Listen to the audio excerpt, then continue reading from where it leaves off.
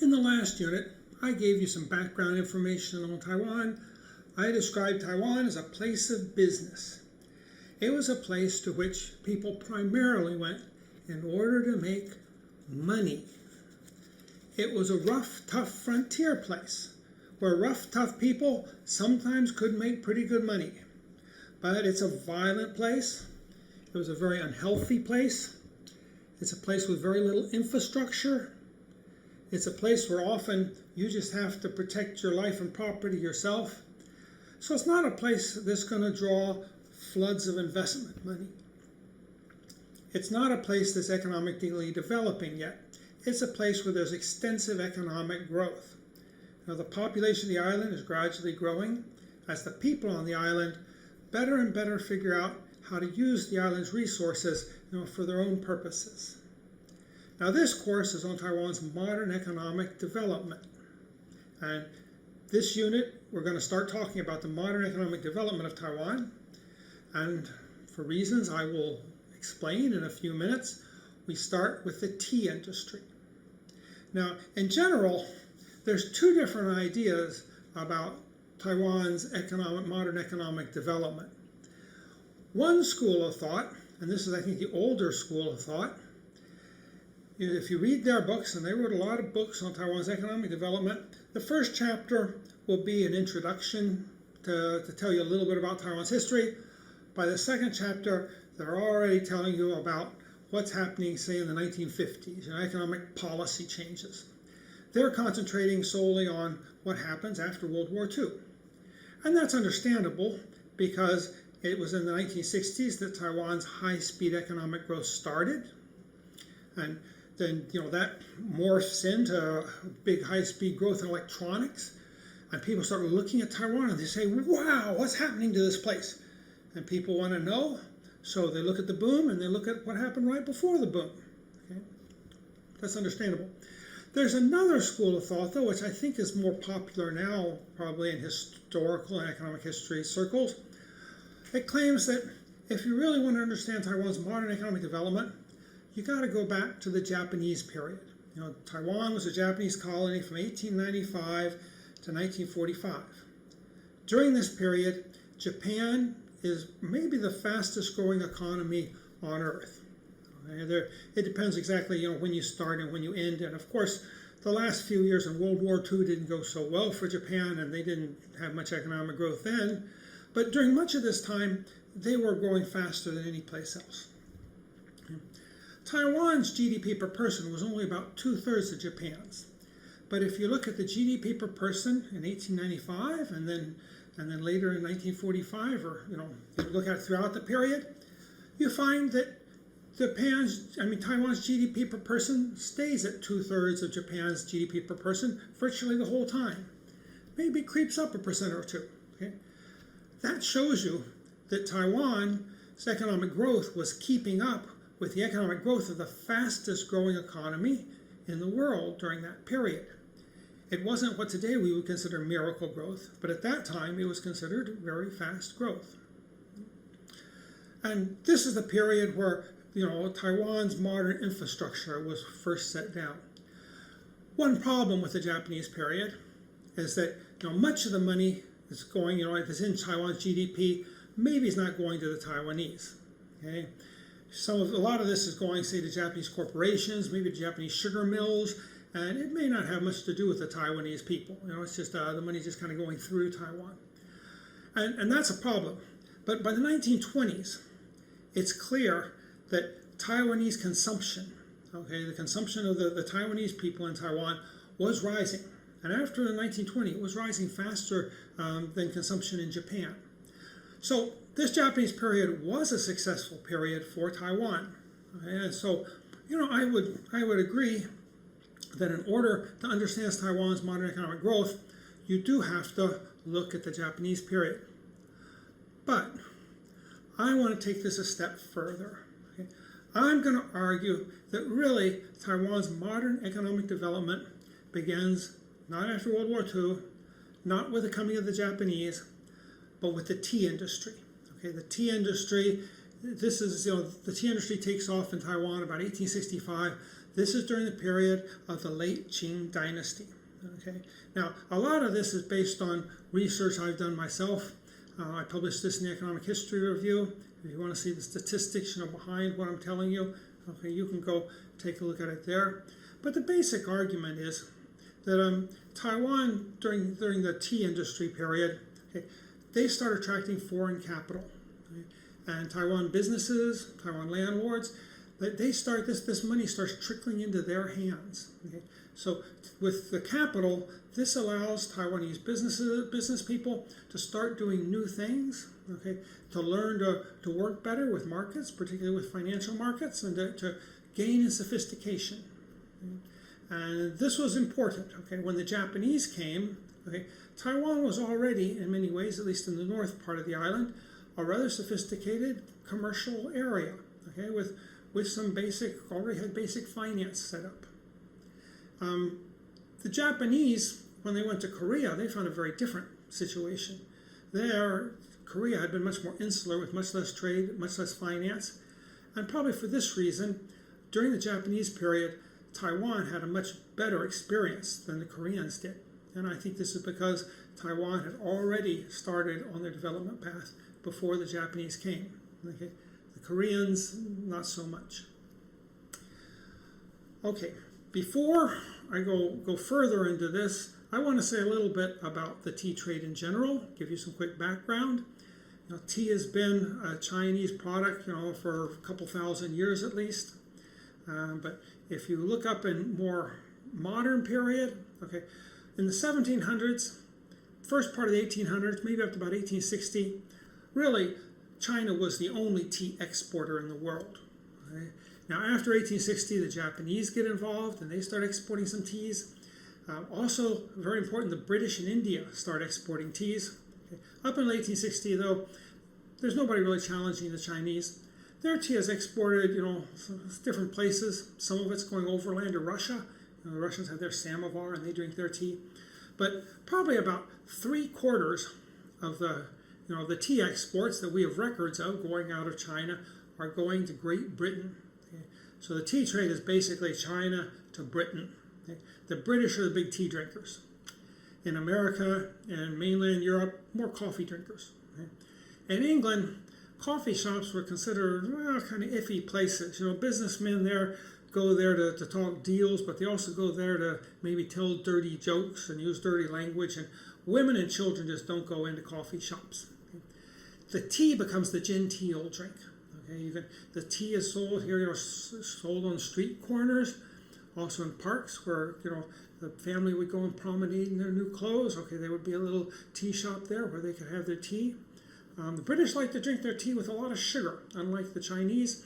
Some people have claimed that the Industrial Revolution got a boost from the tea because tea has caffeine and the sugar has calories. Maybe that gives the workman a little extra oomph. Now I don't think that's really the reason for the Industrial Revolution. It might have had some effect. Okay? But this is the main tea trade we see in the world. Okay, up until the late 1800s. Taiwan's tea trade is somewhat different.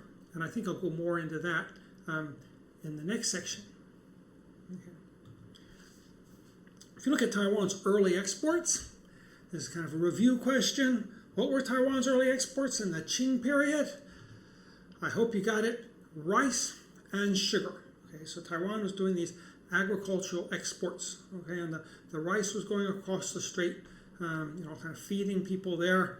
The sugar, most of it I think was also going to China, but also to places like Japan and Australia. What about the Japanese period? What were Taiwan's main exports in the Japanese period? Well, once again, the rice and sugar. And now the rice and sugar primarily all goes to Japan.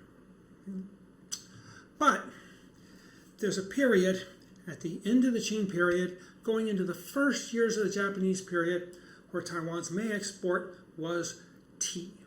Okay, this was kind of a special period, and I think it's during this period that Taiwan's economic development begins to start, and you begin to see it.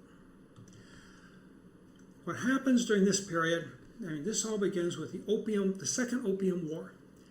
If you know your Chinese 19th century history, China was forced open after they lost the first Opium War to Great Britain. They had to sign unequal treaties. They had to open up many of their ports, okay, so that foreigners could go there. They could live under their own rules, and they could export, import, paying very low tariffs. They could also do some investment. That didn't affect Taiwan too much because Taiwan's ports weren't opened up. But then there's the Second Opium War. Sometimes it's called the Arrow War. And this again was fought between Great Britain and China. Once again, China loses. They're taken back to the negotiating table. They end up having to sign the Treaty of Tianjin. Okay? And this treaty opens up 4 ports in Taiwan, 2 in the south and 2 in the north. So now Taiwan is opened up to the west, and Westerners can come in, they can live here, they have some protection of their own law, and they can import and export. What's this do? Okay. Well, at the very beginning it doesn't do a lot, but gradually it has a very big effect. Okay. Now, these statistics, I've divided this up between the north and the south. The black, that's the north. Gray, that's South Taiwan. And you can see with South Taiwan, this goes back to 1865. Okay, you have exports. This is mainly sugar, but there's also some camphor in here. Gradually, over the 30-year period from 1865 to 1895, it looks like exports in the South, pretty much triple. This is exports in terms of value. Okay, Haiguan tails, which doesn't really matter what they're worth. Okay, but this is just in value terms. The southern trade is growing. You'd expect this because they've forced the South open now. Before, trade was only done in smaller sailing ships going between Taiwan and the mainland. Now you can have bigger Western ships and you can directly ship your stuff elsewhere. In the north, I've divided northern trade up into 2 types. One is tea exports. The other is then all the non-tea exports, which is, again, primarily probably camphor. And what you see, non-tea exports, they're much less important. Okay, I mean, back in 1867, 68, they're greater than the tea exports, but then they don't grow much. In fact, they falter for a while. Toward the end, they pick up, and again, I think that's camphor picking up at the end there. But that's obviously not very important. What's very important in the north is the tea exports, and the tea exports soar. They go up, from maybe about 500, about 600. They're going up over 10 times. Okay, by 1880, the North now surpasses the South in the amount of its exports, and the exports just keep on growing. This kind of turns over Taiwan completely. Taiwan's economic base used to be the South. Now the economic base of Taiwan is the North, and it's all because of tea. Who drives this tea boom? Well, there's 2 important entrepreneurs. I'll start with John Dodd because he got here first. He was, he came from Great Britain. He was in China. He'd come here to work. He was working for one of the big trading companies. In 1860, after the Japanese lose the war, they send him to Taiwan to see, with Taiwan opening up, what should we be doing here? Is there something Taiwan can produce? Is there something Taiwan can export? What good is Taiwan? Well, John Dodd looks around and he writes a report. He recommends several different things. One thing he recommends is tea. And at this time, there's a little bit of tea coming out of Taiwan. There are farmers kind of in the suburbs of what's now Taipei who are growing, some poor quality tea. They do give it a quick, processing. And then for further processing, they ship it across the strait to Xiamen. Okay, but this is very little. It doesn't count for much economically. But John Dodd notices it and he says, this seems to be a place where you can grow tea. Well, a few years later, he comes back. He comes back with Li Chunsheng. Li Chunsheng is his comprador. Okay. Now, the traditional way of looking at compradors is saying, well, they're kind of the assistant to the Western businessman. There's a lot the Western businessman doesn't understand about Chinese society, and he probably doesn't speak Chinese, and so he needs somebody that's kind of can help him out. There's another way of looking at these compradors, though, that people have started noticing now that actually some of these compradors, maybe they were actually running the company. Okay, we see several cases where it's a good for a company to be foreign, during this period. Foreigners get a lot of privileges, okay, and you can protect them against corrupt officials better. And so we do see in China a number of compradors where it seems like they're running the company and the Westerner is actually just a figurehead. I think with Dodd and Lee, I think it's kind of in the middle. Okay, they're both, I think, working and doing their job. I think Dodd is doing more probably with the exporting end, and he also does some with manufacturing. I think Lee also does some stuff with manufacturing, but he's probably more important. Working with the middlemen and the farmers and trying to get the tea into the tea factory. Okay. One thing though you do notice is that when you read the letters of John Dodd, he sometimes talks like, the company's in trouble, and he worries about bankruptcy sometimes, and sometimes he actually talks about borrowing money, like he's not very wealthy. Okay. Li Chunsheng never gives you that impression. Okay. He gradually builds up a big estate. He becomes the second richest person in the Taipei area. He has a big kind of housing complex in the middle of what becomes Taipei. He does very well. Now, originally, he and his father had gone to church, become Christian. He used the Christian church to learn English, and that's kind of the way he got, into the business of being a comprador. Later on, he kind of semi-retires. He invests in his money in a bunch of different enterprises. He donates to build the walls of the Taipei city. He donates to set up churches in Taipei, build their buildings. He also writes books. Okay, he writes some books from, arguing against evolution, since he's a Christian, and he writes books introducing Japan to the Taiwanese once the Japanese take over. Okay. He's an important man here in Taiwan. Don't feel sorry for John Dodd, though. He gets a nice inheritance, and so he leaves Taiwan. He goes back to England and sets up kind of as a country squire. Where they set up, if you're here in Taipei, they originally tried to set up down in what's called Mengjia. Today it's often called Wanhua. Okay, that's the oldest commercial center in the Taipei area. So that's where they went. They weren't really welcome there. Okay, people didn't like this foreigner coming in, and they also weren't sure they liked this new industry. So within a year or so, they had to leave. Fortunately, Taiwanese, there's a lot of ethnic clashes. Okay, everybody's kind of, well, not everybody's Chinese. There's Aborigines, but there's also, among the Chinese, there's Hakka and there's Minnan. And then among the Minnan, there's 2 or 3 different groups of sub-ethnicities. Well, there was ethnic fighting, and one of the ethnic groups had moved up and started a new place along the river, okay, Dadaocheng. And so that was started in 1851. Okay, when Dodd and Lee find they can't make do in Mengjia, they move up there to Dadaocheng. Now, if you're looking at Taipei as a whole, the center of the city now is this area, okay, the square. That's where the city walls were built. Okay. Now, when the tea industry starts, this place isn't here. The interesting thing about this is that if you ask Taiwanese today why Taipei is the richest city in Taiwan, I think a lot of them would tell you, well, it's because the government is here. Okay, and the government kind of draws money. That's not how it started, though. Okay. Originally, the rich area of Taiwan was in the south, and the government was in the south. Then, when the tea started taking off, the north became richer than the south. As the north got richer than the south, the local government decided it wanted to be where the taxes were. So it moves up to the north, kind of chasing the money. Okay? And it sets up this new capital, okay, in Taipei. And then these 3 places merge together. But back when Dodd and Lee set up their business, that doesn't even exist yet. This is a picture of the main drag in Dadaocheng, 1896. This is a year after the Japanese arrived. This is the first picture I can find of it. You look at it, you may not be too impressed. You might not think that looks like wealth. Okay? But for the late 19th century and this area of the world, that's a pretty wealthy place.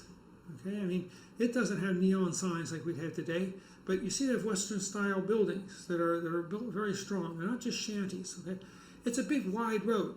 Most of the roads in cities at this time are just narrow little alleyways, sometimes so narrow that it's kind of hard for 2 people to pass. Okay?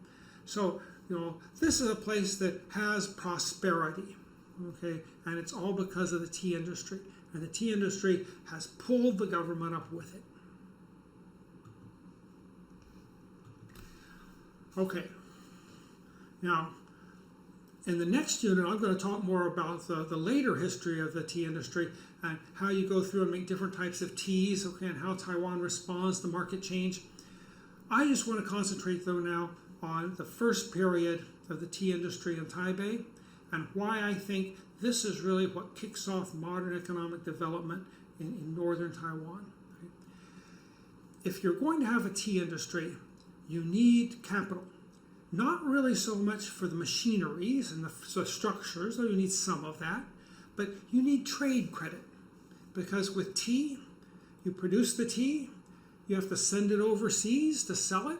Okay? By the time you sell it, it's been months, might be a year, till you get your money back. Okay? So when you produce it, you have to spend money. You're not going to get your money back for a long time. Often you need capital to hold you over. And this is even more true for tea farmers. If you're going to grow tea bushes, it may take several years before those tea bushes are going to start bearing tea leaves. And then when you start picking the tea leaves, you're not going to make back the cost of planting those tea bushes, on your first or second harvest. It may take you several years of harvest before you can make back that money. And then there's a lot of other investment to do. You need a little bit of, fertilizer. You might have to terrace the mountain slope some. So farmers also need capital. Okay, if you're going to convince them that they should start growing tea, okay, you're going to have to be willing to finance them. Okay? Well, the finance in Taiwan comes from the Hong Kong and Shanghai Bank. That's the primary source, though other sources also get involved. And sometimes it's indirect. Hong Kong and Shanghai Bank may lend to a native bank, may lend to some other company, and then they may lend on to Taiwan. Right? But the Hong Kong and Shanghai Bank are very important for northern Taiwan's early economic development. They got a lot of their money from this bank. So the money comes into Taiwan, and this is the Hong Kong branch of the Hong Kong and Shanghai Bank. That's, I think, mainly what, where the Taiwan capital came from. What happens with this? Well, in this graph, I'm showing you first the the dotted lines are the trade surpluses. And the gray, that's South Taiwan. The black, that's North Taiwan. If we start with South Taiwan, okay, now trade surplus is how much you export more than you import. And when the trade surplus goes negative, that shows that you are importing more than you export. The United States often has a trade deficit. It imports more than it exports. In southern Taiwan, if you look at this dotted line during this period, you can see it's pretty much balanced trade. It varies year to year. Some years there's a surplus. Some years there's a deficit. It's negative. But I think if you figure it out overall, it probably is about a wash. And that's about what you expect. People export in order to import. Okay? And that's the way it works.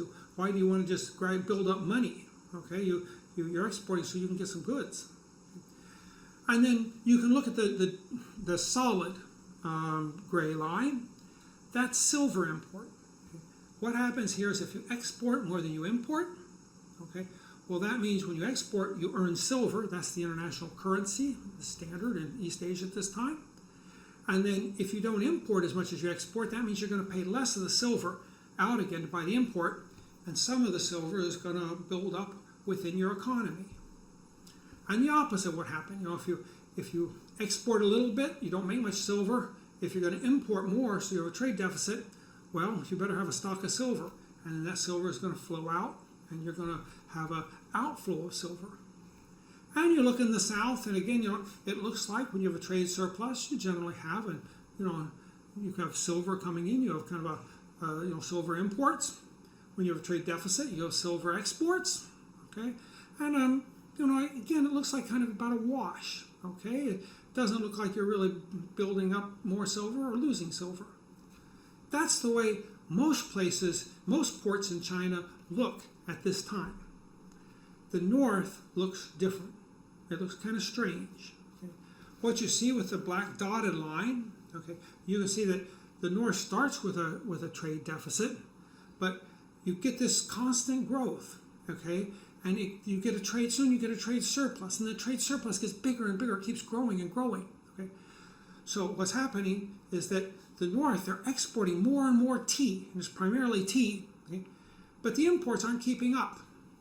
If I remember right, I think maybe imports are only about 2/3 of the exports. And so you're creating a bigger and bigger trade surplus. And then if you look at the dark black line, you can see that that means you're getting a bigger and bigger silver import. Silver is flooding in to northern Taiwan. Where's the silver coming from? Well, I said, originally much of it is coming from the Hong Kong and Shanghai Bank. So you're getting all this investment into Taiwan. Some of this is foreign direct investment. It's going to Western companies that are manufacturing tea. But early on, the Western companies begin to discover they can't really compete that well with the Chinese companies. Western companies start moving more into just becoming exporters and maybe doing quality control. The Chinese start doing more and more of the actual manufacturing of the tea. Most of this money coming in is not going into the hands of Westerners. It's going into Taiwan society. It comes in, and sometimes the manufacturers need it, because they're not going to get their money back that soon. Sometimes the manufacturers are giving it to middlemen, so the middlemen can take it out and lend it to farmers, so that the farmers will make will grow the tea for them. But this money keeps gradually kind of dissolving into the North Taiwan society. You're getting larger and larger amounts of silver in Taiwan, in northern Taiwan. What's the effects of this? Well, if you think of modern economy, you'd imagine, well, if the government increases the money supply, that often leads to inflation. Do we see inflation in Taiwan? And no, neither north nor south. You don't see inflation. We don't have a good CPI, but the main consumer good was rice, and the price of rice was not really rising. It was pretty much flat during this period. It wiggled a little bit when the harvest got good or bad. So you don't see inflation. The money's coming in, money's building up. It doesn't raise prices. Do you see more consumption? Maybe people aren't taking that money and buying foreign goods.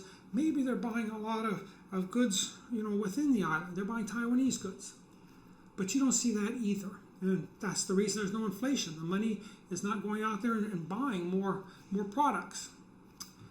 This was noticed at the time. If I've got a couple of quotations here. I didn't say where they come from. You have to read my paper for that. But I think this is from the 1980s.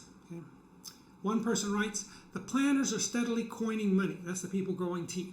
"And it's difficult to know what has become of the millions of dollars that have been poured into the narrow slip of country called the tea districts." That's kind of the foothills around Taipei where the tea is being grown.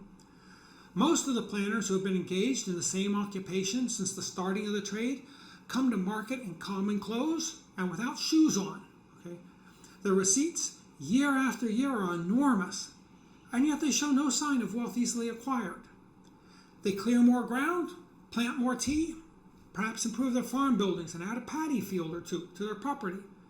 But the disposal of the bulk of their profits on tea remains a mystery." So, the Westerners were noticing that. They said, if you send a lot of money in, the people get rich, and then they should buy a lot of things, and the money will flow out. That's not happening here. The money's just kind of accumulating. Another person wrote, "Notwithstanding all the money which comes into the country in payment for tea, etc., the people are apparently poorer than they were 15 to 17 years ago." I don't think they really were poor, but they probably weren't any richer. It doesn't look like. "Intelligent Chinese even, who have noticed this, cannot in any way account for the present state of affairs. Many poor people are taking to using cheaper native Nanking cottons instead of English goods." This is the big problem that the English worried about. They wanted to sell their English textiles. English textiles are more luxury products in Asia. The Taiwanese weren't moving into buying more luxury products. Just like nowadays people get rich and then they start buying Prada or Gucci or whatever. The Taiwanese weren't doing that. They were just sticking with their simple native Nanking cottons. And the British didn't like this. So the money is coming in, but it doesn't look like people are buying anymore with it. It's not running up prices, or at least not consumer prices. What else could be happening? Okay, well, what could be? Look at interest rates. Okay, we're lucky for northern Taiwan, and to some extent for southern Taiwan, we have lots of contracts. When the Japanese came in, they collected lots and lots of contracts because they wanted to understand Taiwan society. They also were interested in understanding who owned what piece of land. So they also got a lot of real estate contracts.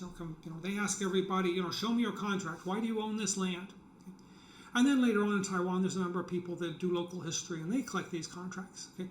There's a website. Okay? It contains just, I think maybe about 20,000 of these contracts. Okay? Some of the contracts, just a minority of them, but at least several hundred of these contracts during this period are loans. And we can use this to look at interest rates. What's happening to interest rates with all this money flowing into Taiwan?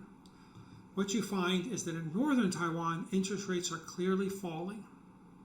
Southern Taiwan, there's no change. And basically, if I remember right, I haven't looked this up recently, but originally maybe interest rates are about 20-25%. Okay? In the north, they fall to maybe about 12-13%.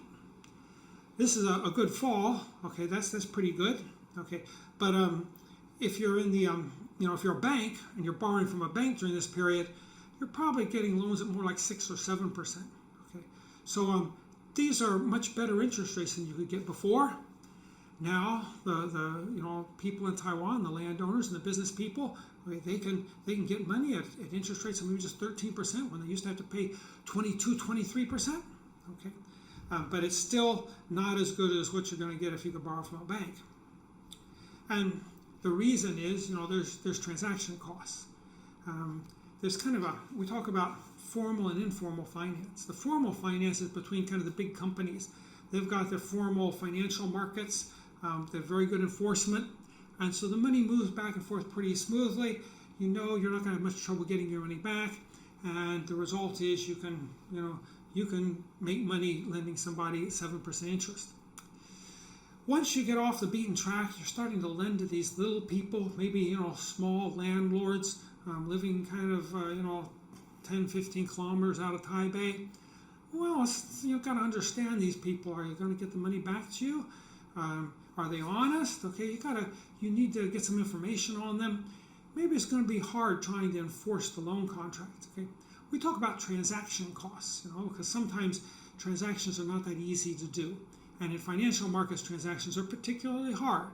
Okay, you just walk up to somebody, a casual acquaintance, and tell them that you're willing to pay a high rate of interest if they'll lend you $100,000 for 2 years. It might be a very tempting rate of interest, but they probably won't do it because of transaction costs. How are they going to get the money back? Are you really reliable? They don't know. Okay? So what happens is you do get the money coming into Taiwan at 6 or 7%.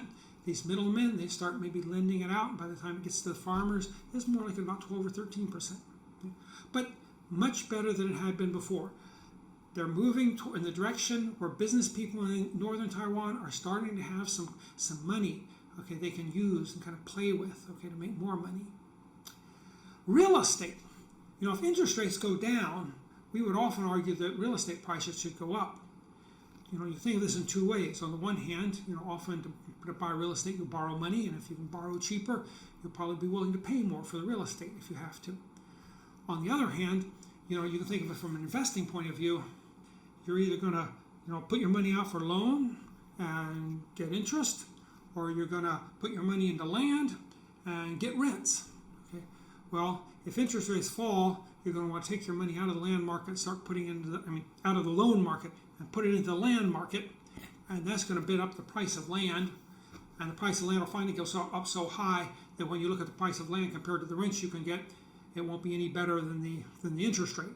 Okay, and then land will rise, and then it'll kind of stay there. Real estate prices do rise clearly in northern Taiwan. I think they go up by maybe double or something, and they don't rise in southern Taiwan. So the money is coming to northern Taiwan, and it's staying in northern Taiwan, and you can see that both in the loan market and in the real estate market. We can't directly see what people were all doing with this money. One thing we can see is that nowadays, if you have like a real estate bubble and people start putting a lot of money in the real estate market, you would expect to see a lot more real estate transactions. Actually, there are fewer real estate transactions during this period in North Taiwan. And what's happening here is that as the farmers get more money, or they can borrow money easier, they're less likely to have to sell their land. So there's less money, there's less land on the market, so that people who want to buy land are going to be competing for less land, and they're going to have to pay higher prices to get that land. That's the way the price goes up. So, yes, there's clearly a lot of money coming into Taiwan at this time. It's staying in Taiwan, okay, and that's we don't know exactly how the businessmen are using it, okay, but they clearly now have money that they can use to a much greater extent than ever before.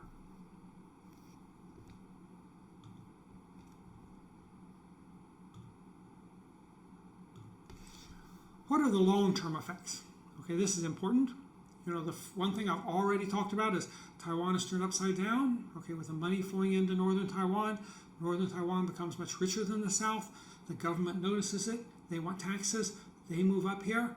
Okay, now from the late Qing on, northern Taipei is now the kind of the center of the island. Okay, economically, politically, culturally, just generally. Another thing has changed, okay, is that the interest rates have fallen, but over the long run, this is quite interesting.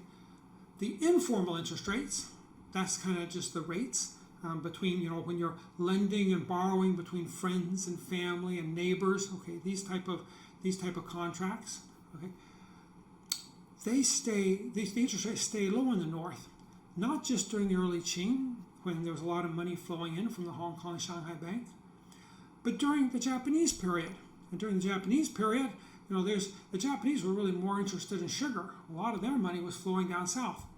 But still, the interest rates in the informal markets stayed lower in North Taiwan. In South Taiwan, people wanted to borrow more often went to the banks or went to formal, lending institutions because they couldn't borrow as easily or at lower interest rates down south.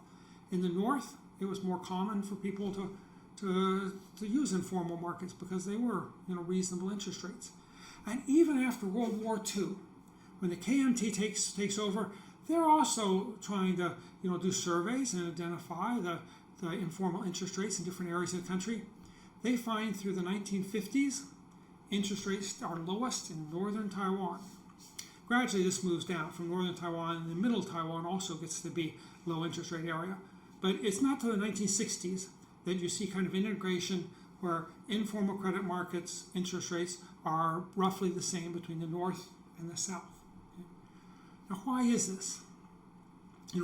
One thing you need to understand is because there's dual credit markets, there's the formal markets between the banks and the companies. That's how the money comes in. And it's coming in maybe about 7% interest. And then it falls in the hands of maybe the factories. They give it to the middlemen, maybe they'll lend to the farmers. Okay, it works its way into Taiwanese, the Taiwanese landowners' hands. Okay, and they have this money. They can now borrow at about 12 or 13%. There's a lot of money going around. Okay, they'll borrow for this rate. Now, you might imagine that if there's other places out there like South Taiwan where you still have to pay maybe 20-25% to get a loan. Maybe the money should flow down there.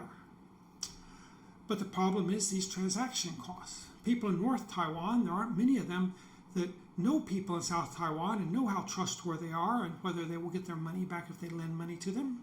Okay, so they can't lend money down there directly. Bankers could do it, but if the banker comes to some person, a landholder in Taiwan that has some money there, he says, I'll take that from you and I'll lend it to someone else so that they can make money elsewhere. Well, the banker, he can in the formal system get the money at 7 or 8%. He's not going to pay more than 7 or 8% to this Taiwanese landowner that has some extra money. Okay? So the landowner's not going to lend to him. The landowner probably has good local contacts. Okay? He also faces big transaction costs, but he has neighbors and friends that he knows pretty well.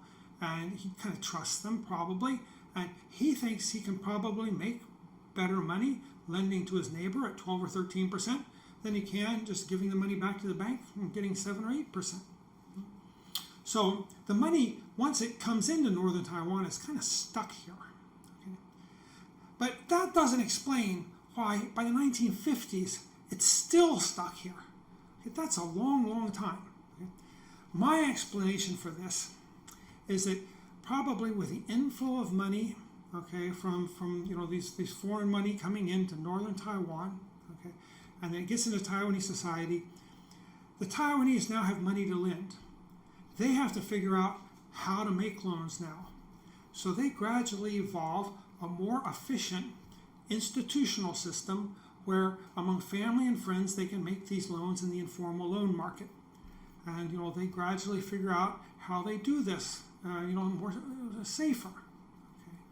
So often when economists tell stories about the kind of efficient institutions, they like to tell stories where one place has efficient institutions and that attracts money and makes it wealthy. This story is the opposite. Just because tea grows better in the north than the south, money comes into the north, and because the northerners get money, they have an incentive to try to figure out how to do better institutions, and they gradually evolve a better institutional system. So even later on, 50 years from now, when it's no longer very clear that there's more money coming into the north than the south has already got quite a bit of money. Okay? The north has already had much longer experience, okay, lending and borrowing in this informal market, and so I think they have better institutions, and that's what keeps these rates low for so long. And this is important for economic development. To have good economic development, you need to have good financial markets. Now, the interest rates are just relatively low. It's still much better if you can borrow from a bank, formally. That's generally the way to go. But for many of these small businessmen, whether they're in agriculture or whether they're in commerce, they can't borrow from a bank. Now in the north, they can borrow at a somewhat reasonable amount, and that's going to allow them a lot more leeway. They can do more business, and they can learn by doing. They can learn to do business better and better, and they can learn finance better and better. And then, so this is the third thing. Small businesses now gain access to capital, and I think this is really key in starting off, Taiwan's modern economic development. Right? To kind of explain this, I want to go back. I think I gave you a quick comparison with Korea. Korea didn't have this sort of finance coming in. It wasn't doing a lot of international commerce. Okay? Well, what's going to happen later on, I'm going to talk about the Japanese money coming into Taiwan. Because the Taiwanese already had experience, with this foreign money coming in, and they got hold of the foreign Western money, and they were able to use it, and they were developing pretty good institutions for this. When the Japanese start lending in Taiwan, there's a lot of Taiwanese that are quick to grab the opportunity and start getting Japanese money and using Japanese money for Taiwanese business. And this is a real important key to Taiwan's future economic development. In Korea, there was a quick increase in Koreans that would take Japanese bank loans when they could. But originally there was just so few Koreans that took bank loans that even though it grows by maybe 6 or 7 times, it still remains much smaller than what you see in Taiwan. So because of this experience, the Taiwanese already have a certain amount of financial and commercial maturity. Okay? And when the opportunities finally open up to them, where they can start borrowing money from Japanese banks and borrow Japanese capital, they jump at the chance and they start borrowing and they start developing their own economy.